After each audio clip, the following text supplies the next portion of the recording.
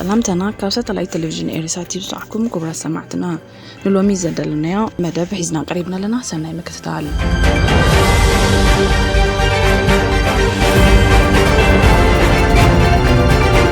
عبيتي على موافق أمتات كلتاجن إسران حامشتن قدموا يكفال زغبركم تخاتلتي فنوى تلفزيون إرسات نا عمتا قلتاجن إسران حامشتن عبيت في أمتات عالم بغلت كفال كنا أربلكمنا أب قدم يكفال مدلونا بزعبا كينات روسيا يوكرين قللاو دحنت إيروبان حدش بوليستات ترامبن عالماوي صعبيناتون كينات إسرائيل فلسطين مفراس عالماوي مورالاوي مرددان كمون أب مأكلاي مبرق بزعبا سترعي استراتيجيكاوي وددرن بزنبال كيداناتن زرس تحستو كان أقربلكمينا كسافت أمي مدبنا كتكاتتلنا دما بخبرنا عدم سلام كبرات خطة التلفزيون إيريسات وشت هاجرنا زلو هزبنا أخل وانا وحبريتا مسناقن ناي إيريسات كتقالنت نخنوحس ناي كلنا هاجرا وحلفنتي إيريسات بزيناتكم دقف وتروب حدقايا ني إيريسات ورحاوكم كالق جنزباو حاجز نمبركات بزوم أب تحت تتقيسهم زلو كتقوموا تخليهم نتقبرنا جنزباو حاجز بشم اتقافو تعديسو زلو هزبنا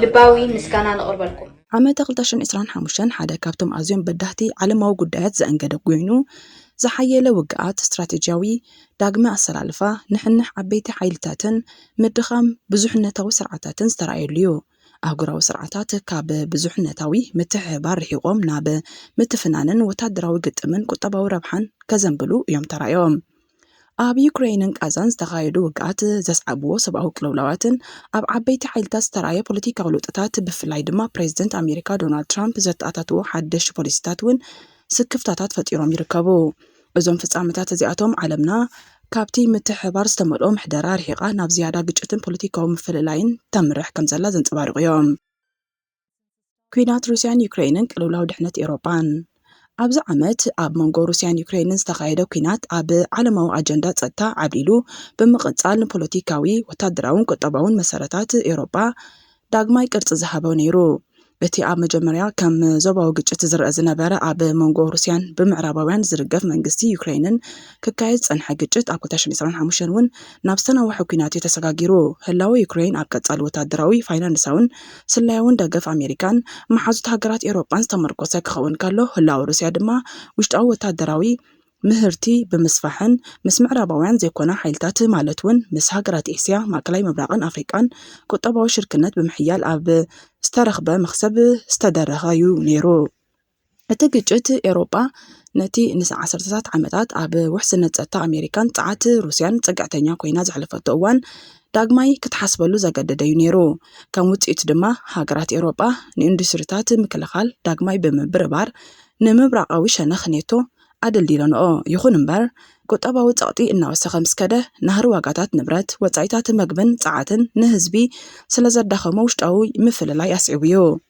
ነቲ ኩናት ንምቁራጽ ዝግበር ዘሎ ዲፕሎማሲያዊ ጻዕርታት ዓጋቢ ውጽኢት ኣይምጽአን መራሕቲ ክልቲአን ሃገራት ዝሓዝዎም ተረርቲ መርገጺታትን ኣብ መንጎኦም ዝተፈጥረ ሓድሕዳዊ ዘይምትእማንን ከምኡውን ስትራቴጂካዊ መርገጺ ናይቶም ዝሸምገሉ ተዋሳእቲ ብጊዜ ክምልሶዩ ዝብል ሃቐነ ነቲ ኩናት ንምፍታሕ ዝግበር ዝነበረ ዲፕሎማሲያዊ ጻዕርታት ደው ኢሉ ነይሩ أمريكا أب وقعت يوكرين روسيان كم أون معكلاي مبرق زيادة صلوا زلوا نايدجة توسعيد بمخان نيوكرين إسرائيل كالوت مشاركتن وتدروا حاجز كتكبر كم صنعتي زجلاس دونالد ترامب داقم ناب سلطان مملاسو دما نعلم أو تثبيتات ون داقم يقرص كم زلوا زرابلو ترامب أمريكا قداميتي أبز بالأجندة تخرج بمقبارو أب عالماو دبلوماسي زي رجوتنات أتأتات يركب زربو دما أب لعلنيتو طرطارة تسعبه نمحازوت هاقرات قدم كونات زلو دقف زرعين كابزوحنتاو علات نلعلي كلتاو سمعات ممراц زحبرن كوينو الله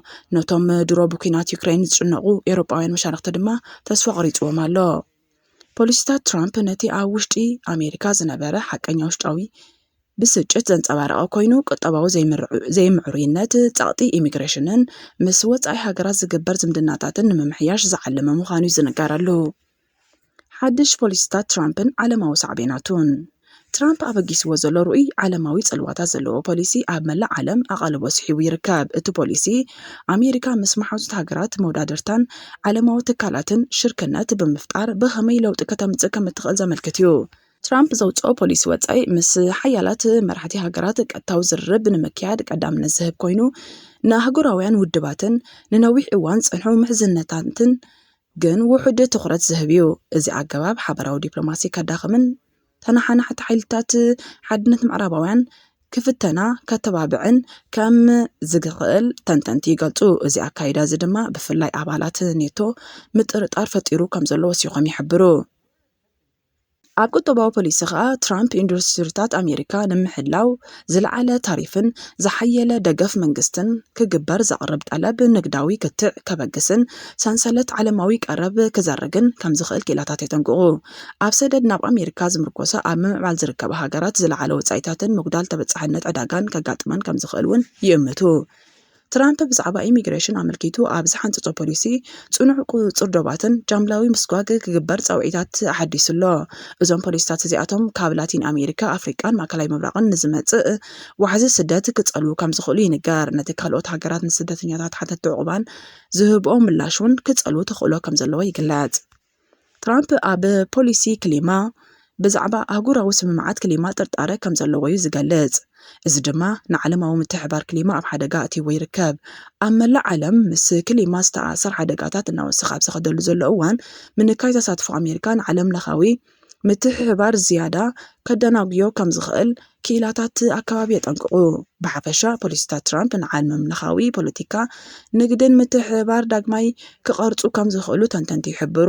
ጽልዋታቶም ከዓ ኣብቲ ካልኦት ሃገራትን ኣህጉራውያን ትካላትን ምስቲ ዝቕየር ዘሎ ተራ ኣሜሪካ ኣብ ዝህልዎም ተላምዶ ዝምርኮስ ክኸውን እዩ። ኩናት እስራኤልን ፍልስጤምን ምፍራስ ዓለማዊ ሞራላዊ ምርድዳእን ኣብ ጋዛ ዝተኻየደ ኩናት ኣብዚ ዓመት ካብ ዝተኻየዱ ኣዝዮም ኣዕነውቲ ግጭታት እቲ ሓደ ኮይኑ ዘይተኣደነ ሲቪላዊ ስቃይን ሰፊሕ ዕንወትን ዘስዓበዩ። እስራኤል ንመጥቃዕቲ ዕጡቃት ጉጅለታት ፍልስጤም ምላሽ ንምሃብ ዝጀመረቱ ወታደራዊ ወፍሪ ንመሰረተ ልምዓት ጋዛ ዓንዩ ንመብዛሕትኡ ህዝባ ኣመዛቢሉን እዩ። ኣህጉራዊ ትካላት ከዓ ብዛዕባ ጥሜት ሕማምን ንነዊሕ እዋን ዝጸንሐ ሰብኣዊ ውድቀትን ከጠንቅቓ ጸኒሐን እየን።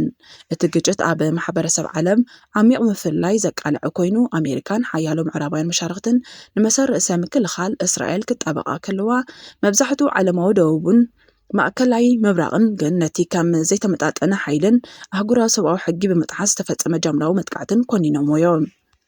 ትራምፕ ምስ እስራኤል ዝነበሮ ታሪኻዊ ምትእስሳርን ቅድሚ ሕጂ የካትዕ ንዝነበረ ግዝኣታዊ ጠለባት ኣፍልጦ ምሃቡን ፖሊሲ ኣሜሪካ ብጽኑዕ ደጋፊ እስራኤል ኮይኑ ክቐጽል እዩ ዝብል ትጽቢት ክቐርጽ ብምግባሩ ንዲፕሎማስያዊ ጻዕርታት ዝያዳ ኣተሓላሊኹን ኣብ ልዕሊ እቲ ግጭት ዞባውን ዓለማውን ፍልልያት ዓሚቑን እዩ።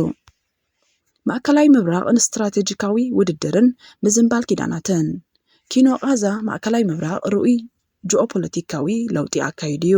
ሃገራት ወሽመጥ ዓረብ ንቁጠባዊ ረብዐን ዞባዊ ጽልዋን ቀዳምነት ብምሃብ ምስ ኣሜሪካ፣ ቻይናን ሩስያን ዘለወን ዝምድናታት ንምሕያል ፕራግማቲክ ዲፕሎማሲ እየን ይኽተላ ነይረን። ብፍላይ ስዑድ ዓረብን ሕቡራት ኢማራት ዓረብን ኣብ ትሕቲ ቅርጺ ጸዓትን ስትራቴጂያዊ ወደባትን ወፍሪ ብምግባር ከም መንጎኛታትን ኮይነን ተዋሲአን እየን። ኣብ መንጎ ከም ኢራን፣ እስራኤል፣ ስዑድ ዓረብን ቱርክን ዝኣመሰላ ወሰንቲ ተዋሳእቲ ዞባዊ ንሕንሕ ተጋዲዱሎ። እዘን ሃገራት ብወታደራዊ ሓይሊ ዲፕሎማስን ቁጠባዊ ሽርክነትን ዝያዳ ጽልዋ ክፈጥራ እየን ዝደልያ። ኣብ ጋዛ፣ የመን፣ ሶርያን ሊባኖስን ዝረአ ዘሎ ግጭታት እተን ሃገራት ዞባዊ ዕብለላ ንምግባር ዘካይድኦ ዘለዋ ሰፊሕ ቃልሲ እዩ ዘንጸባርቕ። ኩናት እስራኤል ኣብ ጋዛ ንዞባዊ ፖለቲካዊ ዳግማይ ቅርጺ ሂብዎ ኣሎ። እቲ ግጭት ኣብ መንጎ እስራኤልን ብኢራን ዝድገፉ ጉጅለታትን ኣብ ሊባኖስ ዝርከብ ህዝቡላህን ኣብ ኢራቅ የመንን ዝርከቡ ዕጡቃት ወደባትን ወጥሪ ዓብዩሎ። ሓያሎ ሃገራት ማእከላዊ ምብራቅ ምላሽ ንምሃብ ውሽጣዊ ጸቕጢ ክገጥመን ከሎ ካልኦት ድማ እቲ ግጭት ናብ ዝሰፍሐ ዞባዊ ኩናት ከየምርሕ ኣብ ምክልኻል ኣተኪረን ኣለዋ። ማዕረ ማዕሪኡ ድማ ንነዊሕ እዋን ዝጸንሑ ምሕዝነታት ይሕደሱ ኣለዉ። ገለ ሃገራት ዓረብ ኣብ ጉዳይ ጸጥታ ምስ ኣሜሪካ ምትሕባር ይቐጽላ ኣለዋ። ምስ ቻይናን ሩስያን እውን ዝምድንአን የስፋሕ ኣለዋ። እዚ ድማ ኣብ ሓደ ዓለማዊ ሓይሊ ጽጋዕተኛነት ንምንካይ ስትራቴጂያዊ ተዓጻጻፍነት ንምዕባይን ዘለውን ድሌት ዘጉልሕ እዩ። ስዑድ ዓረብ ዝያዳ ነጻ ዝኾነ ናይ ወጻኢ ፖሊሲ ኣካይዳያ ትኽተል ዘላ። እታ ሃገር ምስ ኢራን ዝርርብ ብምክያድ ምስ ሶርያ ዝምድናኣ ብምምሕያሽ ምስ ሓይልታት ኤስያ ድማ ቁጠባዊ ምትሕብባር ብምዕማቕ ትሰርሕ ኣላ። ሕቡራት ኢማራት ዓረብ እውን ተመሳሳሊ መገዲ ብምኽታል ምስ ምዕራባውያን ሃገራት ንዘለዋ ጥቡቕ ርክብ ሚዛን ብምሃብ ዞባውን ዓለማውን ጽልዋ እናሰፍሐት ትርከብ። ኢራን ድማ ኣብ ዞባዊ ወጥሪ ማእከላይ ደረጃ ሒዛ ትቕጽል ኣላ። ኣብ መላእ ማእከላይ ምብራቕ ንዝርከቡ ዕጡቃት ጉጅለታት ትድግፍን ኒኩለራዊ መደባታ ኣብ ምሕያልውን ትርከብ ምዕራባውያን መንግስታት እዚ ተበግሶ እዚ ንዞባዊ ምርግጋእ ኣብ ሓደጋ ዘእቱ ምዃኑ ክገልጹ ከለዉ ኢራን ድማ ንጸጥታዊ ረብሓታታ ትከላኸል ከም ዘላ ትምግት። ገደ ኣሜሪካ እውን ይቕየር እዩ ዘሎ። ዋሽንግተን ኣብቲ ዞባ ወታደራዊ ህላውኣ ቀፂላ እኳ እንተሃለወት ዞባዊ መሻርክቲ ንጸጥትኦም ዝያዳ ሓላፍነት ክወስዱ ከም እትደሊ ግን ኣመልኪታ ኣላ። እዚ ድማ ዞባዊ ሓይልታት ሓድሽ ሽርክነት ጸጥታዊ ምድላዋትን ክኽተላ ዘተባብዕ ለውጢ ምዃኑ ተንተንቲ ይሕብሩ። ብሓፈሻ ማእከላይ ምብራቕ ናብ ዝያዳ ዝተሓላለኸን ክትግምቶ ዘይከኣለን ፖለቲካዊ ስርዓት ይሰጋገር ከም ዘሎ እዩ ዝግለጽ። استراتيجياوي ውድድር እናወሰኸ ይኸይድ ኣሎ። ምሕዝነት ዝያዳ ተዓጻጻፊ ይኸውን ኣሎ። ዞባዊ ተዋሳእቲ ድማ ናይ ገዛ ርእሶም መጻኢ ኣብ ምቕራጽ ዝዓበየ ተራ ይጻወቱ ኣለዉ። ዝኸበርኩም ተኸታተልትና ንሎሚ ዘዳልናልኩም ኣብ ዓመተ 2025 ዝተፈጸሙ ዓበይቲ ዓለማዊ ፍጻመታት ዝድህስስ ትሕዝቶ ከምዚ ክትከታተልዎ ጸናሕኩም ነይሩ። ንምክትታልኩም እናመስገንና ኣብ ካልኣይ ክፋል ምድላውና ብዛዕባ ቻይናን ሃገራት ኤስያን ኣብ መንጎ ዓለማዊ ቅልውላው ዝወስድኦ ስትራቴጂያዊ ትዕግስቲ ኣብ ኣፍሪቃ ዘጋጠመ ግጭት ግዳማዊ ውድድርን ሰብኣዊ ጸቕጥን ዓለማዊ ምንጋዕ ቁጠባ ከምኡውን ለውጢ ክሊማን ስቕታን ዓለምን ዝድህስስ ትሕዝቶ ሒዝናልኩም ክንቀርብ ኢና። ምሳና ንዝነበረኩም ጻኒሕትካ ኣዚና ነመስገን።